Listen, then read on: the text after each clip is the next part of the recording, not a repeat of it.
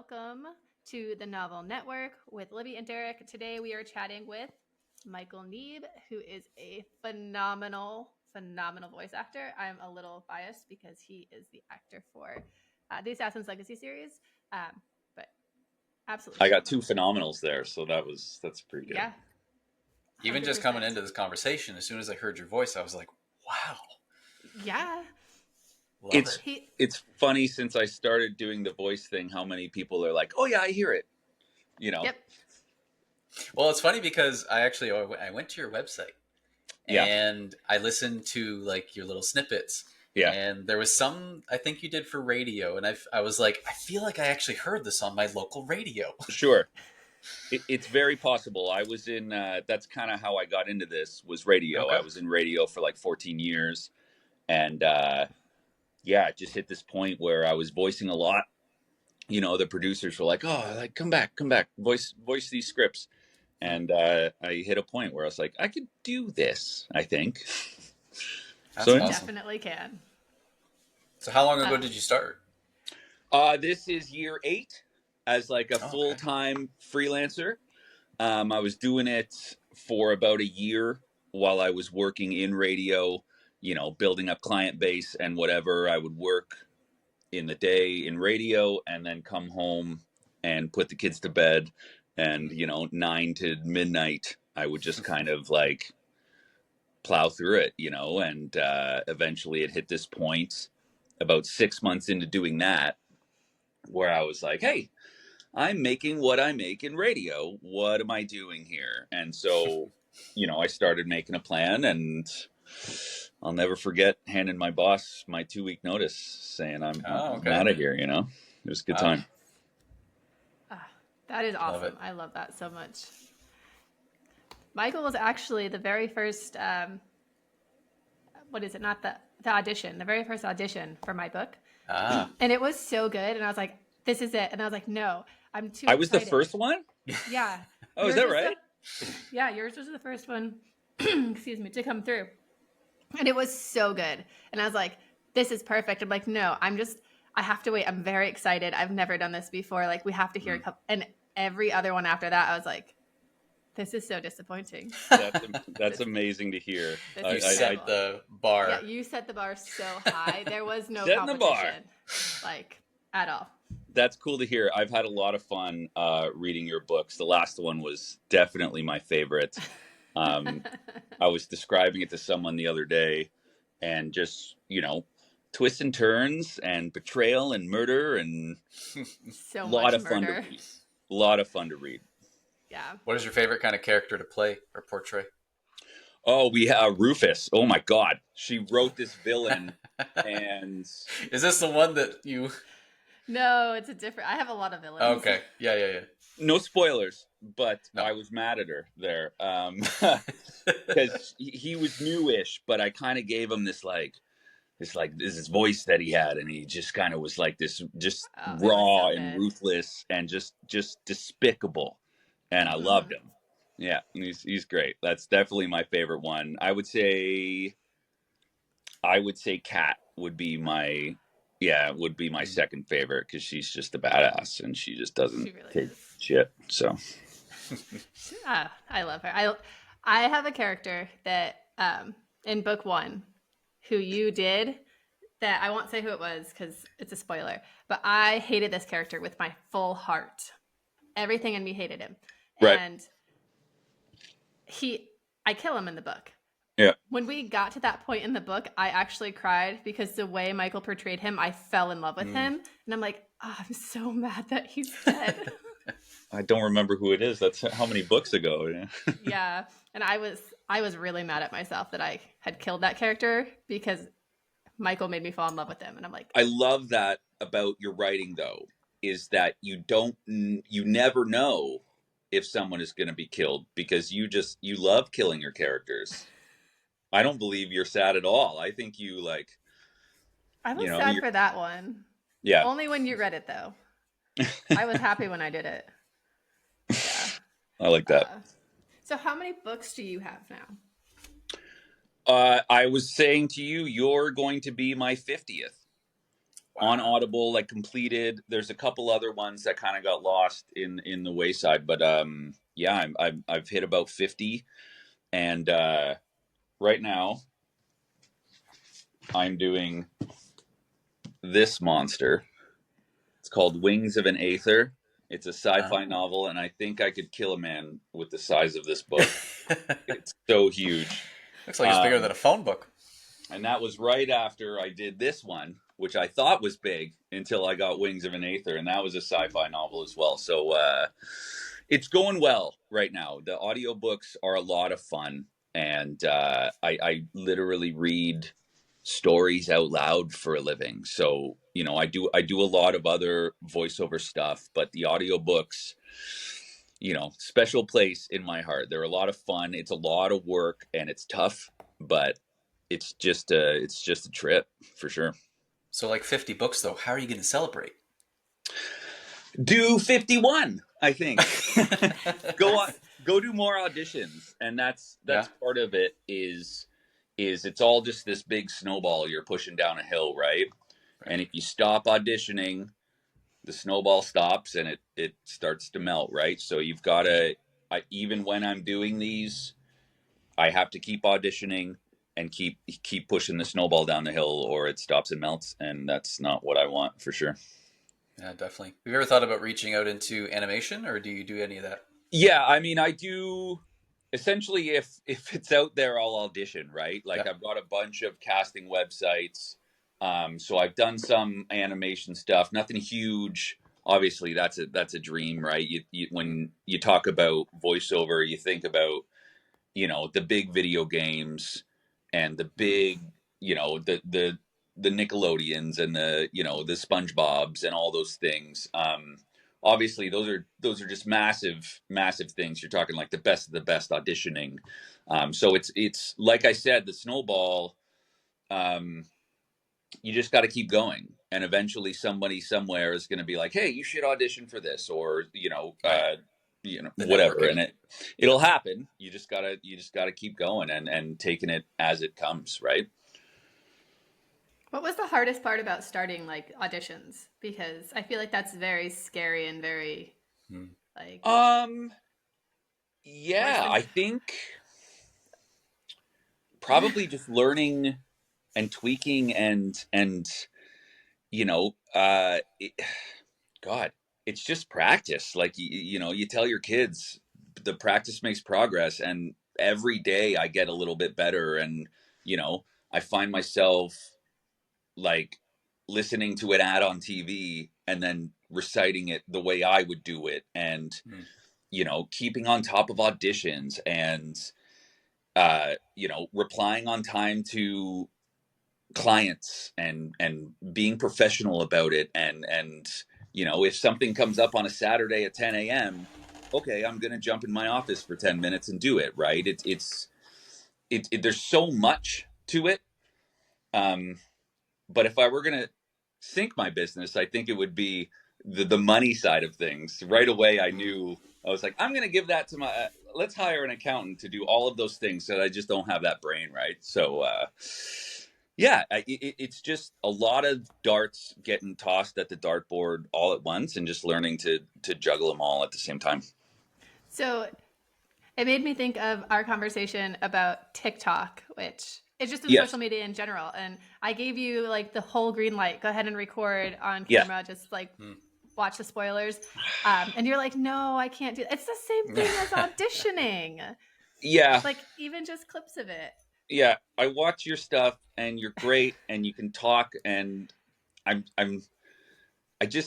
find myself, I've always been the thing with radio and the thing with voiceover. I love being like the behind the microphone guy. Behind the camera. Right. That makes sense. Face for radio, you know? And there's something terrifying to me about hitting a live button and being like, okay, you know, because especially with the long form audiobook stuff, you know, you got to stop and you got to, you know, the dogs bark or you burp and there's things that happen, right? So then you just highlight and you delete and it's gone forever until you're like, oh shoot, I forgot I'm on live TikTok right now. I just swore or something, you know.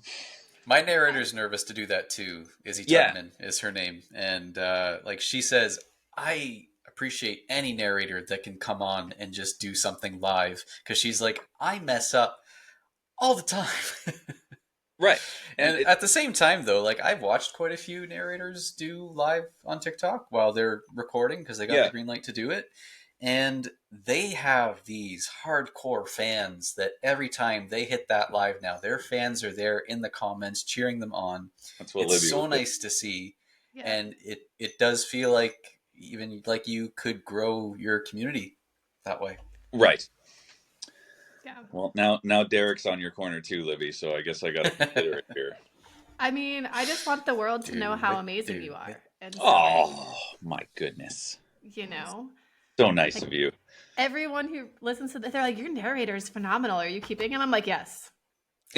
Yes, immediately. Yeah, I struggle with the live stuff. I struggle with the socials a little bit. You should start with like audition type things. Like just put little clips up. Like record yourself and then clip them. There is times though with auditions where you can't because it's don't... Just like when you're regular recording and just treat it like an audition and then stick them up there to be up there so people could find you. Yeah, I could use some help with the socials. With the new studio that's going out back, it's a great opportunity for me to do my website and my logos and all the stuff. I bought a new microphone and it's gonna be really great. And it's the first time in the 8 years since I started since I'm gonna do any of this. So it's gonna be exciting here in the spring to see what happens. Like this is the first time that I'm going to have like a vocal booth. I, bought the nice microphone and it's going to be great to see what happens, moving forward. Cause there's so many times when you audition and there's just no feedback ever, right? It's not like clients will, especially on my casting sites, it's not like you get a reply being like, sometimes you do, but it's very rare that it's like, oh, hey, we just liked this person instead. Or, oh, hey, maybe your audio needs to be tweaked or something. So it's tough to know really until you start to, improve. And then it starts to, you get more likes and you get more shortlisted and you start to book a little bit more. That's so cool. It's such a The more I listen to your voice, I have to ask, do you sing too? So why I got into radio was I was a music kid growing up. Okay, awesome. School, and I was in a band and all that stuff, and I loved music, and that's kind of how I got into radio. Which, at the end of the day, I very quickly learned radio has nothing to do with music at all. Like I was on air, right? I was in creative, so I did the radio advertising. I wrote and produced and voiced and. You do the splitters and the promos and all that stuff. But yes, I very much still love to play guitar and sing and annoy my family and play the same 20 songs I've been playing since I was 15. Because we're so close to each other, now we have to get together and jam because I play guitar too. Hell yeah, sign me up. I got drums and bass in the basement. Sweet. I'm all set up. Oh yeah. I only have an acoustic. Famous? I want credit for that. I think we're a little past that, but let's focus on. We'll call ourselves Libby's Loungers. Oh, there we go. I like that a lot. Just put your name right in the name of the band. We'll just write songs about the Assassin's Legacy series. That sounds great. There you go. Imagine. That's like The Witcher, where they have the ballad guy who sings about. Yeah. Right. Yeah, You guys could do that for the Assassins. Sounds good. There you go. Sounds great. Except it would be like punk rock or something. I feel like they wouldn't. Yeah, I feel like that your book series would be like a mix of like punk and metal and stuff. There's no way it would be soft. That's for sure. No. I'd probably shred my voice if I tried to do metal. You can't scream, Derek? No, not really. I'd probably have to practice. You could put Libby the cat in there as background vocals. Oh, heck yeah. Do you have a cat named Libby? Yeah, I do. I think that's like how we connected. I really think that. It's amazing. Right. I want to hear this. How did this happen? This? Yeah. She can tell the story. So I wanted to do a podcast, and I've been doing one with my niece. And she's very busy, and I'm very busy. And I was like, okay, but I want to do like authors too. And with TikTok kind of on the verge, I was like, I'm going to move to YouTube and I'm going to start a podcast with my author friends. Sure. It's Libby's Lounge Author Hangout. And I was doing like recording after recording after recording, and then Derek jumped on. And it was just, the chemistry was perfect. Like it was really good. At the end of it, I was like, you want to do a podcast together? Like I'm just sitting here like, me? Like, hear me out. Let's like, this was the best out of all of the podcast interviews I've done. This has been the best thing I've ever done. Nice. Consider it. And then this happened, and that was like 3 weeks. It's just ago. fun. It was. Like, I love hanging out with author friends, and honestly, Yeah. I think it's just amazing that it's evening for me here in Canada, but it's the morning for Libby, and we can still make this work. Yeah. I was going to say, Derek, I don't have to ask what your weather is doing right now. Yeah, right. We're about -6 right now, but Yep. over there in Okinawa, I couldn't even guess what you're at right now. We are at, I don't know, I haven't gone outside yet. It's our winter. Of course, she's in Fahrenheit, but It's right. We need it in Canadian. Yeah. we need Celsius. Yeah. Oh, you need I don't know what you're Celsius? talking about in Fahrenheit. Okay, hold on. We have to do a calculator. Is it warm enough to open a beer? Yeah. Okay. Always warm enough to open a beer. I have to like find a calculator. Hold on, guys. Oh, she's got to do the math and everything. Yeah. Math is I need hard. to- Yeah, I know it is. Yeah, This is why I have an accountant. Yeah. that's why I'm always like, I don't know what this is in Fahrenheit. Yeah, so it's 55 degrees Fahrenheit, but it's 12 degrees Celsius. Oh, Hey, okay. shorts weather. all Yeah, right. that's Really shorts nice. weather. Yeah, but it's cold to me because like we've lived here for so Oh, long. Our normal temperature is like close to the hundreds, and Right. which Hmm. I mean in Fahrenheit, and humid. Like you're sweating and dripping when you step outside. So when it's not that, Well, I saw that a while ago with the tsunami warning you had. That is terrifying. Mm. oh, And so, like, it was there so is, scary. yeah, there's some pluses to living in Canada. I, for whatever reason, I'm hating the cold more and more as I get older. However, I do have to remind myself we don't have tsunamis, so You don't have typhoons. that's Yeah. pretty good. Yeah. Though on a Do you regular guys have basis, this earthquakes? time of year, my wife and I always say to ourselves, "Why do we live where the air hurts our face?" Yeah, right. So I was in Sudbury for 8 years, Mm. and they every now and then there'd be so much snow that the news would be like, "Hey, go shovel your roof, or Yep. your house is going to collapse." Yep. Also And known there- as Sudbury. Yeah, yeah. So there was a moment where I was like on my roof shoveling 4 feet of snow, and I'm like, "What am I do? What are we doing here? Why do we live here? What is this? We can choose where we live, right? Like, what are we?" Anyways, So I have family in Muskoka, and it's Oh. kind of the same thing They where, got hit like, the hard. first snowfall we had this year, my uncle's going, "Yeah, we had 6 feet in our first snowfall." but then the summers in Muskoka are just Beautiful. you can't beat that. It's ridiculous up there. I love it. Yeah. The only thing about them is they live up there and they do not own snowmobiles. No, No, not at all. I so feel like when if you it live snows, they're- somewhere yeah. like that, you Yeah. need snowmobiles. You need to have the things to do. Yeah. Now, I grew up in New England from Connecticut, so I know Okay. snow. Not like as Yeah. much as, well, that's not true. We had a couple big blizzards. So, like, I know snow and cold. I just never want to go back to it. it doesn't Ever. happen as bad as it used to here anymore. Like Southern Ontario winters aren't terrible. We're complaining about it, but really, it's not as bad as it used to be. Yeah. That's true. The weather. So you're not just an audiobook narrator, though, are you? You do other No. stuff in the book world. I do other stuff in the book world. Hold on. he dabbles. Oh, he's got it. Yeah. I did I write don't- my own. I wrote it There it and is. I narrated it, and it was a lot of fun. Oh, you did the narration too. You did everything for it. Yeah, it's on Audible. I started writing when I was like, I had this. I was a big fantasy nerd growing up, Lord of the Rings, all that stuff, Robert Jordan, and I had this idea. I wrote this handwritten when I was like 15. I started writing. And since then, I would say I did like 3 or 4 books, that kind of got like halfway through and I'd abandon or whatever. And I started with this one a long time ago. It took me like 7 years on and off. Now, in those times, I had kids, I quit my job, I did all those things. So there was like years where I wouldn't write. But I kept going with it. And then I picked it up and it hit a point where I was like, I'm done this, and as indie authors, the first time you write something and you're like, somebody's going to read this, is one of the most terrifying moments I've ever had in any of my creative endeavors.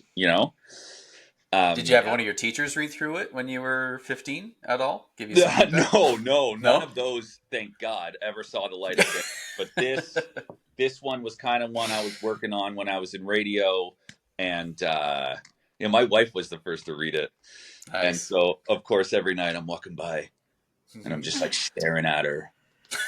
What do you think? And she's like, got a pen, and I'm like, what are you writing?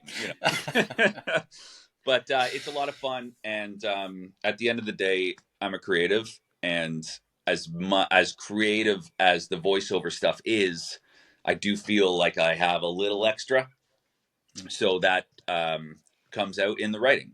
And with the audiobooks, I'm a big reader. I read all the time. Big Stephen King guy. I love horror, and this just started coming out of me.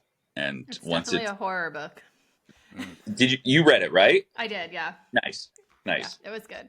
Yeah, it was creepy.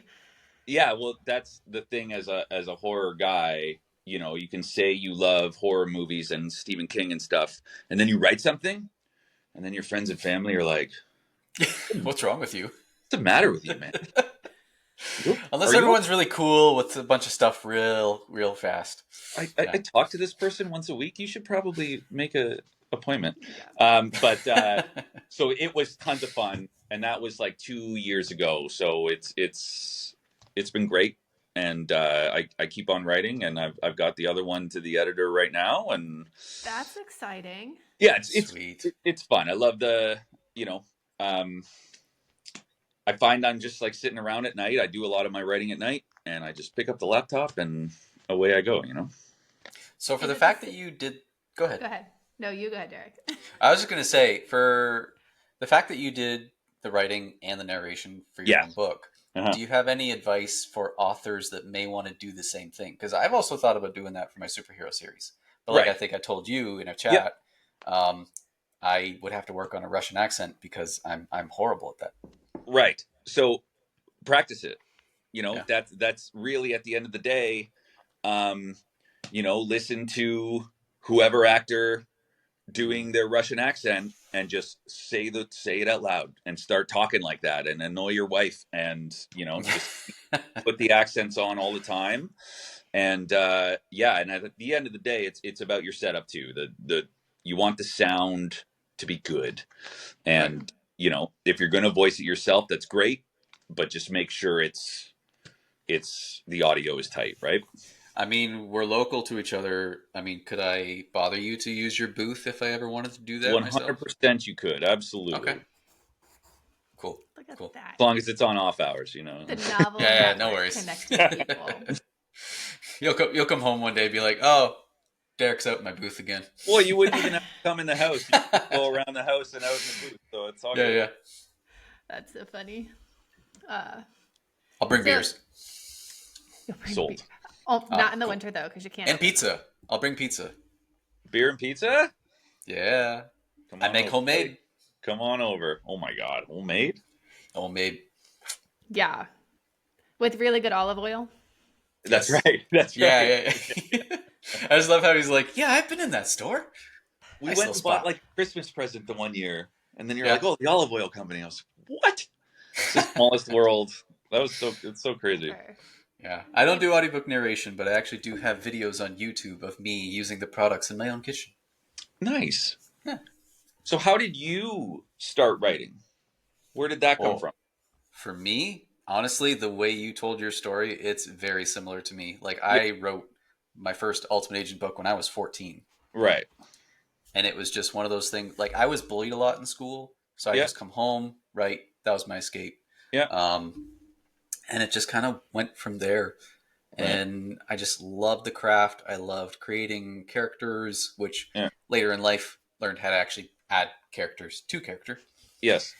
Um, but yeah, it was very, very similar to how you said. You were like, Cool. yeah, That's neat.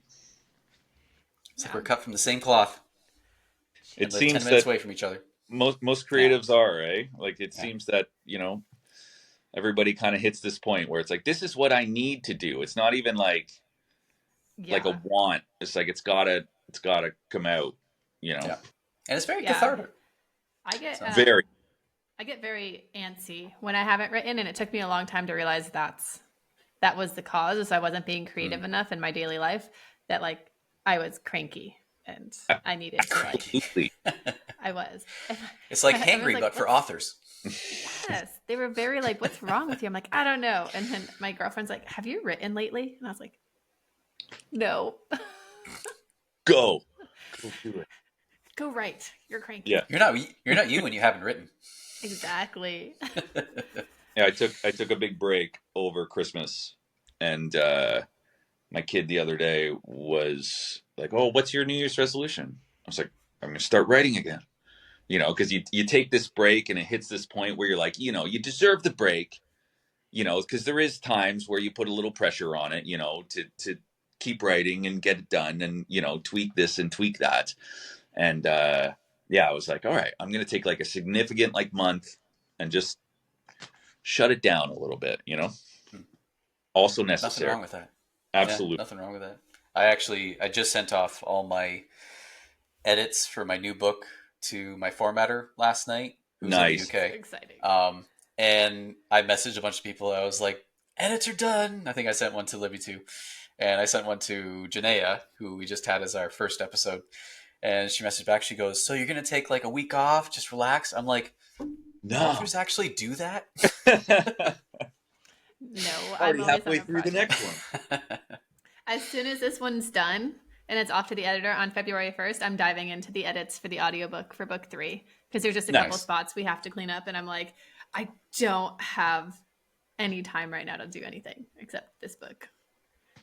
That was a lot of fun to read, for sure. It was a good one. It was one of those where you're like, it's work, but there's also this point where I was like, I don't want to edit what I just read. I want to keep reading,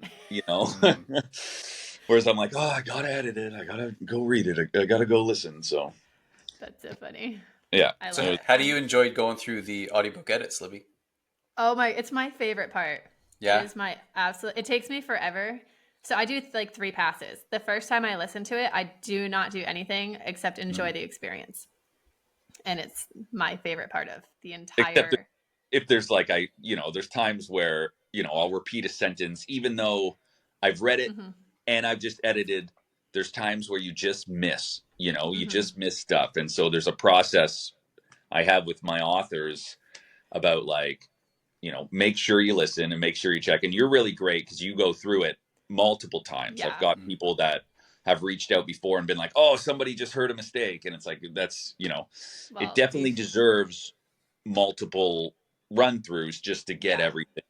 Yeah. Yeah. The first time it's like, I'm enjoying it. The second time I'm sitting down with the manuscript and I'm marking and tagging. Cause you have to do I'll mark it, what it was, what it should be, and the timestamp. But I don't do it on the Excel sheet first. I do it in a book. Oh, is that right? I have do I have the audiobook here?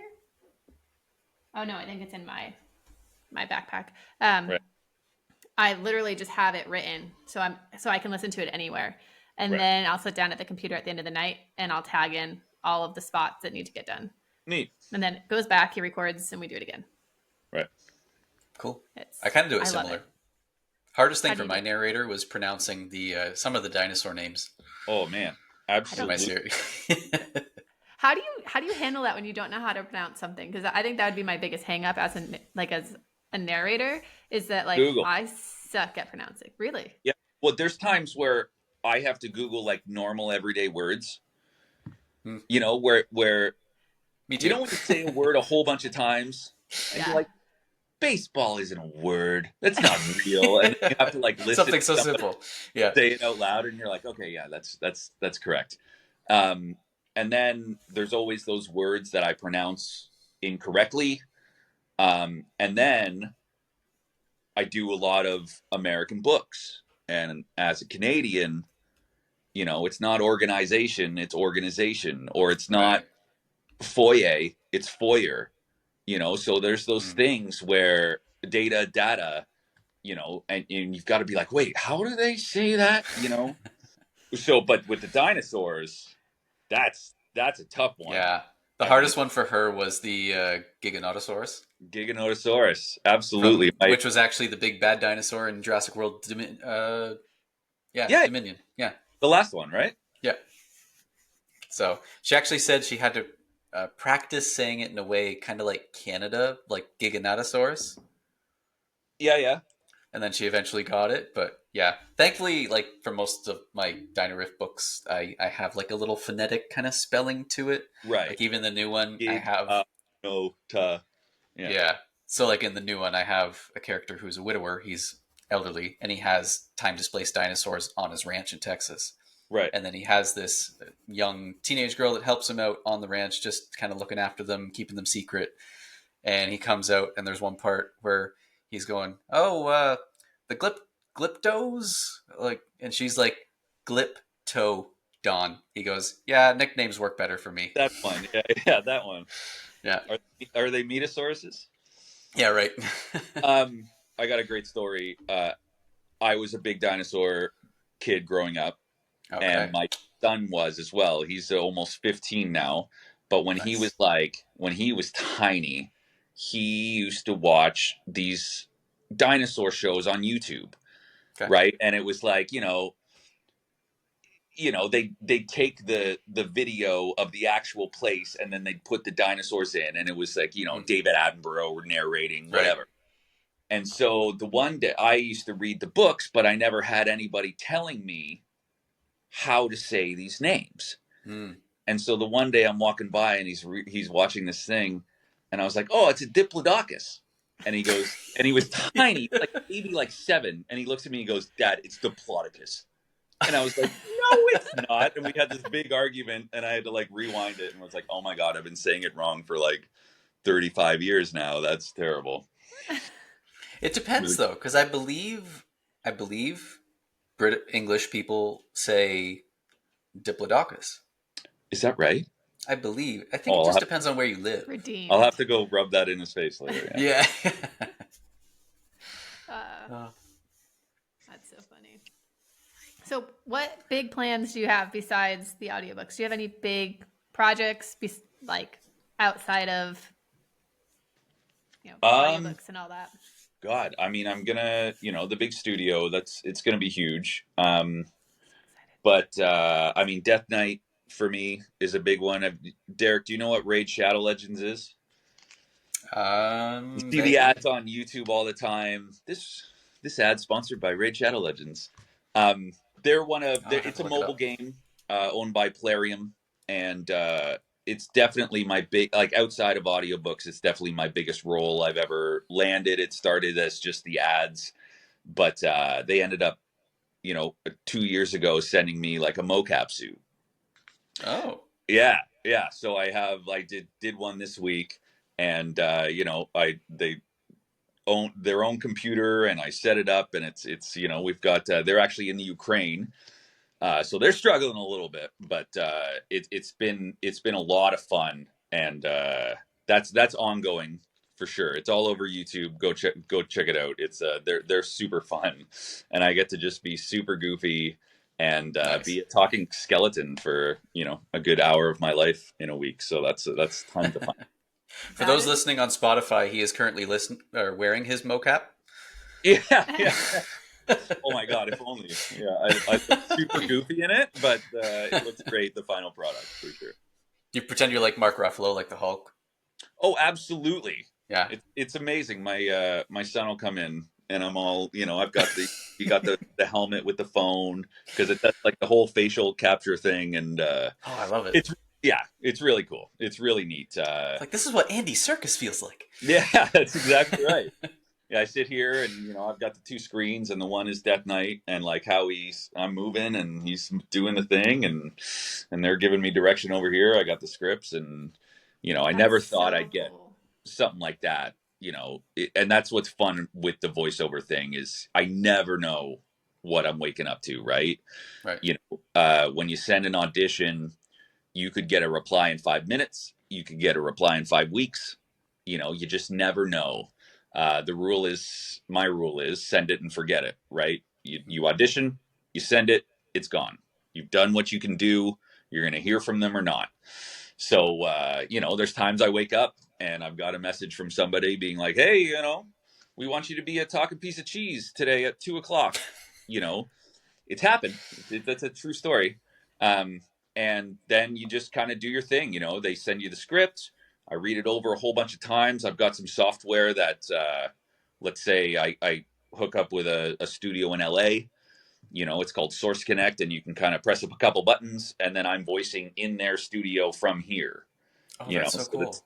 the technology is pretty wild. Wow. And that's what you want, those bigger gigs with the studios and the casting directors and all those things. But I do it all, from like the little tiny YouTube explainer videos to whatever you can book. I audition for all of it and pray and send it off. How does your family support you with your endeavors? Oh my God, my wife has been amazing from day one. I mean, she supports all of my crazy creative endeavors, from the book to the voiceover. She right away, when I was like, I might quit my job, and she was like, yeah, you're gonna do that. This is what Okay. she's been so good. And yeah, your kids don't care what you do. Your kids, you're never cool to them. um that But yeah, the family loves it. And there's certainly times where my parents, I still have to explain what I do to them. But I You have to make explain what I art. do to I have to explain what I do to me sometimes, though. So that's okay. Yeah, it's great. Everybody's proud and everybody loves it, and it's always a story, right? My brother loves. I actually did a whole bunch of voiceovers and producing for like hockey in Brantford. My Oh, brother is a really? big coach for the 99ers, and I Oh, did okay. one for his son, and I had like Enter Sandman going, and Yeah. like, please welcome to the ice. And then Love somebody that. heard it and was like, that's awesome. Where did that come from? And then it started, and then I'm doing 6 a year, so it's neat like that, Sweet. some of that stuff happens and whatever. So yeah. Have you done anything for the Bulldogs now that they're in Brantford? I did an ad that plays during the Bulldogs game Oh, for sweet. players KW, but aside from that, I haven't done. I actually, I actually interviewed to be like the hype guy, the Bulldog. Sweet. Yeah, yeah, but it hit a point where I was like, I'm too old for this. I don't know if Do I still have the energy for this? I'm 40. No. But yeah, man, I mean, it's all over the place, right? Like, and that's, I think, part of the fun is, you've got one that you've got to be crazy hype, and and then the next audition you've got to like bring it all down, and you Right. just never know. It's The all over the place. versatility. Yeah. Absolutely, yeah, for sure. And that's, I think, I've had a lot of radio people reach out to me to be like, that's, it's a cool story, like how'd you do it? And I just tell them, like, just be open in your job in radio too. I think what helped me a lot was just wearing all the hats and being open to doing whatever. And yeah. What's been the most challenging or like biggest learning experience? Oh man. Um, I assume you learned something from maybe every job you do, but maybe one that really stood out to you. yeah, you know what? It's a boring answer, but I think it's like I think it's the organization of it. I'm Okay. not that person, right? My wife is, and she has to do like my my spreadsheets and shit. So, but like that's what's tough for me, right? Like I'm radio taught me the professionalism and the email etiquette and all those things. And then just like tweaking the voice stuff, like that's always just fun for me, right? You know, the auditions and the audiobooks, but like it's the numbers and making sure you keep your stuff and all the organization stuff. I think it's a boring answer, but that's probably the thing for me, right? Yeah.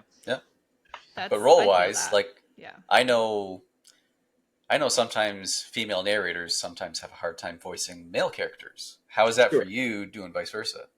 I think what I have learned, because again, I'm listening to audiobooks every day as well, right? Like I love my horror audiobooks or my fantasy.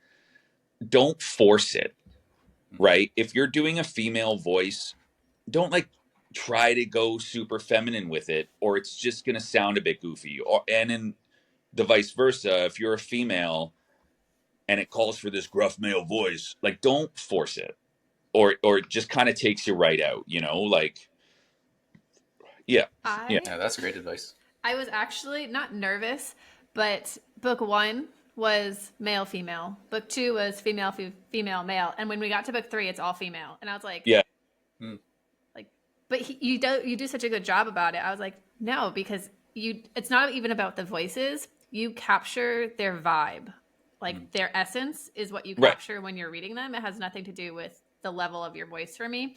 And I think I find that with a lot of narrators, like if they can capture the essence of the character, I don't care if you're doing a female or male voice. Like, I know who you're talking about. You do have majority female. Now you don't write from first person, but you also, what I like about what you do is you inject the personality like through the narrator voice, because you're, you know, chapter 2 Cat, you know, and it may not be Cat narrating, but her personality is still in the words, which I like. And it's easy when you're like, oh, chapter 3, you know, Cat, and it's like, okay, so I know the vibe she's going for right away because, you know, 3 books in, you know, the character. Yeah, and just don't force character voices, you know. If you can't do, I had one recently. There it is. It's called Deep Steel. It was from Matthew Gore. It was really well done. It's about like king crab being stolen, and it was really well done. But the one character on the ship is like an islander, and he needed this voice, and we kind of had to meet in the middle a little bit, because he was like, oh, I want it hardcore islander, and I'm like, man, I can't do it. And you don't want to insult either, right? Like, can't do the accent. So that was a tough one, and you run into those, you know. I've got my that I'm good at, and then the other ones that, you know, kind of sound Russian or kind of sound, you know, you just can't pull it off. So don't force it. Yeah. Me and you had that conversation because Kat lives in the West Indies for a little bit, and some of my characters are from the West Indies, and I was like, if you can't do it, it wasn't so integral to the story that I needed to have the accent. I was like, it's fine. So I was able, as an author, I also have to recognize that, like, this is not just my book anymore when I ask a narrator to do it. This is a collaboration between 2 people. And we're going to make this we're going to make it the best we can with both of us. And so I think as an author, especially if you're indie, your expectations cannot be to the point where you're like, I need you to do XYZ. Like, you're not paying for the professional, like the studios are doing it. Like, you're collaborating with somebody else that you need to communicate with. Right. That's a great point. Absolutely. You know, Derek, I'm sure, like, what was your process like in hiring your narrator? You know what? That was such a unique experience because, kind of like Libby heard you first, I was in a Facebook group with Izzy, and she read Dino Rift, and she actually approached me over Facebook and said, "Oh, no way! I would love to voice like narrate Dynariff for you. Now, Yeah. okay, like I didn't even know. First off, I just said to her, I didn't think my books were good enough for narration to begin Sure. with. Like I'd never done it. I'd never, looked into it. And as soon as she sent me the 15-minute practice, and I especially heard her voice the main character Vivian, I went, she is Vivian. You got to do this. Yeah. Which is one of the main characters. And I just went, like, whatever you did, if you tapped into the teenage you, whatever, this is perfect, and let's do it.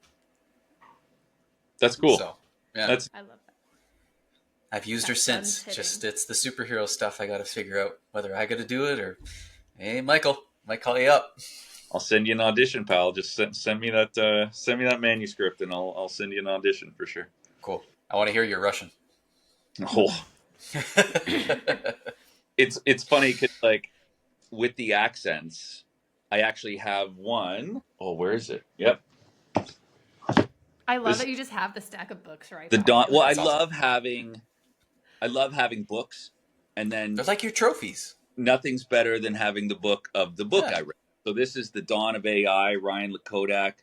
I've done 4 of these now, and there's a Russian pair of like assassin sisters in that. Oh, okay.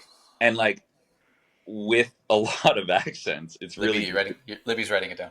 It's really good. Like trigger sentences, where like you say the sentence and then you're like, okay, there's the accent, Love it's it. pretty, yeah. It's interesting, it's goofy, but it's one of those things where, when you're voicing and you're like, oh, there they are, here it comes. How do I get in there, right? So here's a random question. Like going through all my edits and everything, I found one of my beta readers told me you're using italics a lot in your dialogue in this book. As a narrator, do you appreciate when italics are used for emphasis? Or would you rather look at the line, read it, and take your own liberties? No, I think it's your book. And if you want something stressed, and if you italics it in the book, then I'm going to stress it. Yeah. I know some authors that, you hardly ever see italics. Some, they use them sparingly. I don't know. I felt like this time around writing this book, I just had a lot of passionate moments for characters. As humans, we all really are. That's absolutely fair. And certainly if I saw that, I'd be like, oh, he's stressing that. Like, you give a little bit more emphasis or whatever. And a lot of that changes too as you're reading, especially if it's dialogue and you want it to be as natural as possible. It's all about the scene. I almost envision it as like a movie, right? There's one scene in Libby's recent one where 2 of the heroes are interrogating somebody tied to a chair. And I full on was like, I could see the whole thing. You know what I mean? And as a narrator, I'm just trying to get across it as it was written, really. You can see it and it's described, and especially with the dialogue, you got to nail it. And with italics, I mean, that's absolutely, go for it. There's been times in the book where like I'm listening to it and you'll change a word and it lands so hard, I'm like, it's staying. Like he was so in that moment. Like, I'm gonna go edit it right now. That's better than what I wrote. It's staying. But yeah, your dialogue is phenomenal. I feel like I'm in the conversations with them. I've been taking great pride recently in my dialogue. I think I'm starting to like, again, every time you do it, just with every audition, you just get a little bit better, so I'm starting to use my breath a bit more in between sentences and in the middle of sentences. And, if it says, a lot of it comes down to you guys and like, she said with apprehension, and then you kind of go, okay, I'm going to do that line again. You kind of look ahead and you read what's there, and it always helps, especially with the books, because you got to be so descriptive. You've added in like not sound effects, but like this time in this book when they were eating, like it sounded like they were eating and talking, and I'm like, this Yeah. is awesome. I love that. Yeah. So good. Well, also with like I'll use Mason for an example. He's like this older brother, and there's times where he's like, you know, All and of you that. add that stuff, right? Where he's like, oh God, Fucking you know, and you add kids. before a sentence or after a sentence, and you know he's frustrated, or you know something's, and you just like you add a breath here and there, and I think it just helps to Bring it naturalize alive. things. Yeah. It's so good. Love that. Everyone should hire Michael. Everyone should hire Michael. I agree. Yeah. In all 3 of my Dino Riff books, I've written the Wilhelm scream into them Nice. at one point during each book, and I'm still like, I told Izzy, if you can do the Wilhelm scream, can you? Yes. And she's like, no, I can't. I don't Also, know how what to that pronounce is. the dinosaur name. You know what the Wilhelm scream? Oh, you got to look it up. So Oh yeah, it was I know the Wilhelm scream for sure. I forget the original movie it was in, but it's Yeah. this iconic scream that if someone's like falling off something or just getting Oh. hit. Star Wars. Yeah, Star Wars. It was in Star Wars, yeah. But it's in like Indiana Jones. It's everywhere. Okay, I know what Lord you're of the talking Rings. about now. I Yeah, didn't know that yeah. actually had a name for it. Oh, yeah. Yeah, I actually have it. So in the first book, Cameron, he notices and he goes, did that guy just Wilhelm scream? And then the second book, someone else does it and he goes, man, that's like the second Wilhelm scream I've heard in like a year. Yeah. And then in Primeval Ranch, I have Germans doing like a dinosaur deal with the cartel. Yeah. And then some action happens, and one of the Germans gets shot, and the guy that shoots him goes, man, you Germans and your Wilhelm screams. I love that. It's amazing. I love those little Easter eggs. Oh, yeah. Yeah. I also love when you can make yourself laugh with your own writing too, right? Yeah. There's times where you're going and, you know, you write something and you're like, oh, That's I'm so funny, you know? Yeah. But a lot of the times I'm actually I'm going, hilarious. is this going to land? Like, Yeah. I don't know. Yeah. And then your beta readers come back and they're like, by the way, I'm laughing at all your jokes. I'm like, Oh, yeah. yes. At least it's not, what the hell are you talking about, dude? Yeah. Nailed it. That's the fun part about listening to your audiobook. You can hear how funny you are. I was laughing. Like there's times I'm laughing and my daughter's like, what are you listening to? I'm like, oh, I'm listening to, you know, she's like, you wrote that. I'm like, I know, I'm hilarious. I know. I'm. That's super funny. So, Do you have any narrators that you follow closely, or you know, are your favorites? Yeah, I would say Scott Brick is my favorite. I'm a big fan of the Passage trilogy. It's a vampire book. Okay. And that's where I started on him. And then I got into this new Canadian horror author, new for me, Nick Cutter. And his stuff I've is heard just that wild. And sure enough, it was Scott Brick narrating it. And I got into him hard. And then you start to click on his name and you start to go through. And he's done Crichton and he's done all these like just enormous Wait, things. Michael Crichton? Yeah.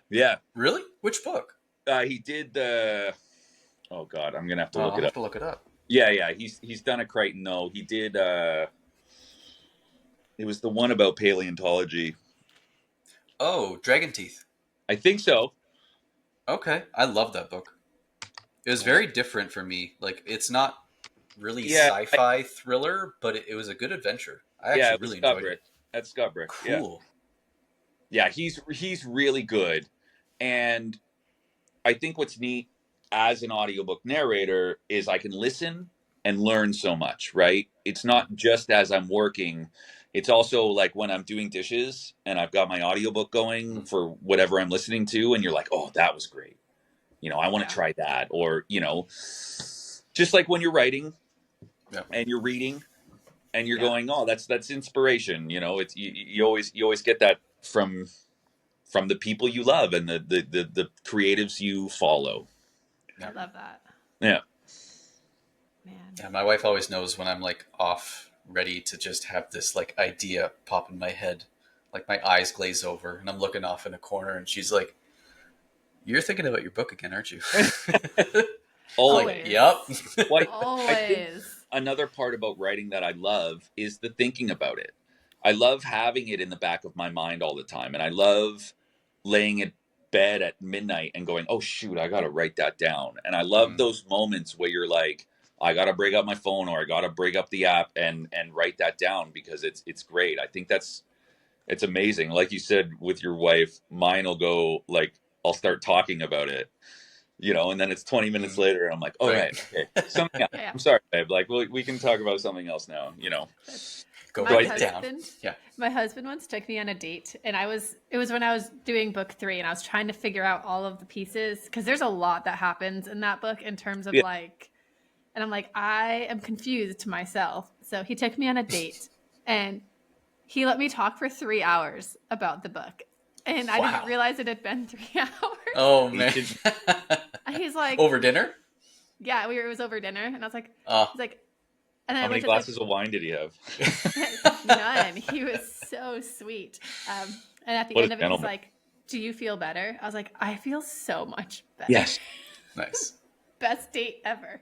Right. Then you paid for the dinner, right? Yeah, of course. I talked for 3 hours. I'll pay. Yeah. Those are my favorite. When you like can just go and go and go and go.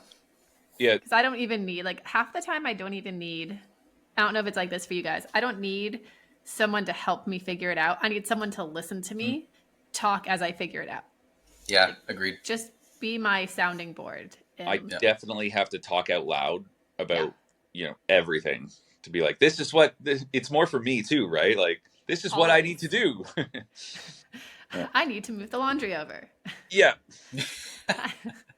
I do that at work all the time.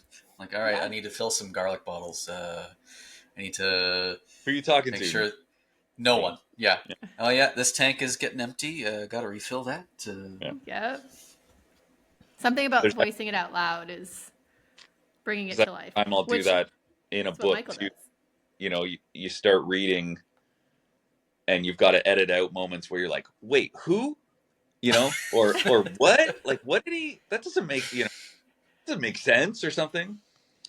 Yep. That's why the live stuff scares me, because you can just be like, delete. It's gone. Yeah, but you know what? Like, I see narrators that they'll post videos of their bloopers. Yeah. And it just, and people love for it. For one, it humanizes you. Yeah. And two, people do love it. That's fair. Yeah. Yep. Yeah. Yep.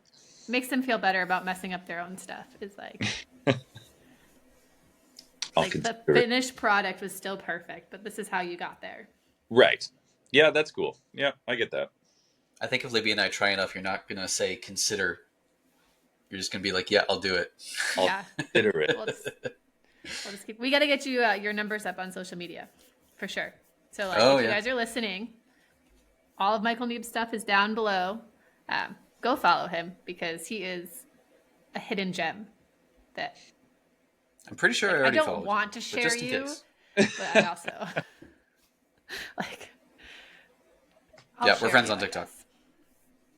Yeah, we are. Are you on Instagram too? No. Okay. No. You're on Facebook. Facebook and TikTok. Where do you mostly spend time? Oh no. Oh, on low power mode. I'm back. Okay. I do the most posting to TikTok. I feel like it's the most interesting outlet I've found so far, because it's so niche and you can, whatever you want to follow is there. Right. But it's all a bit foreign to me, guys. It's the That's socials. Okay. It is. It really is. And I'm sure it would help with the book more, but my TikTok is like Michael Reads and Writes, and I post both of it, the writing journey and the voiceover journey, and yeah, it's cool. I'm starting to figure that out a little bit and try to you can be creative with it, Yeah. And you know what I like about TikTok is like you can do it with Facebook too, but I feel like people get to see more of your personality through what you post. Yeah. Like writing something on Facebook is one thing, but sometimes things get lost in translation or people put their own way of how they think you're saying it. Yeah. into words, but actually hearing the person say it, which I prefer watching TikTok when I can have the volume up. I'm not a read the captions kind of person. I still Right. put Yeah. captions on my own videos, but You're like my wife who scrolls TikTok with the volume just like cranked really, in the lip. not quite Hey, cranked. I'm right here.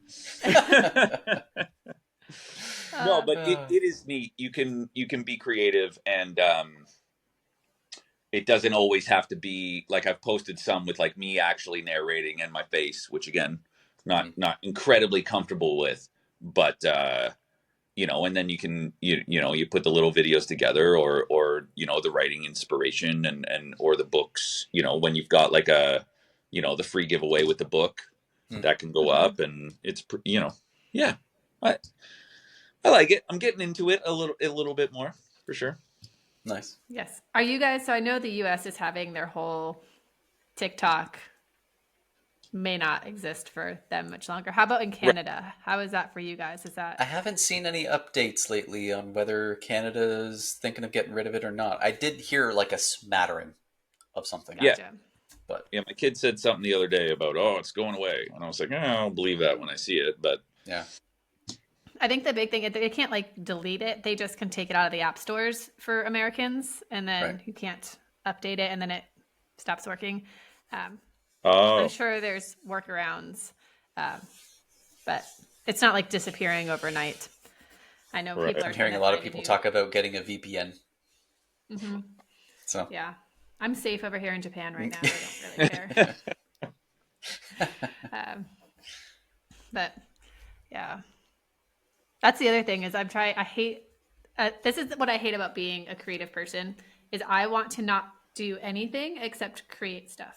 So I told my husband the other day because I was like stressed. I'm like, if I never had to cook or clean or do anything except write for the rest of my life, I would be very happy because I don't want to stop what I'm doing to like feed myself or like shower. Like who wants to shower when I'm in the middle of writing? I don't. Right.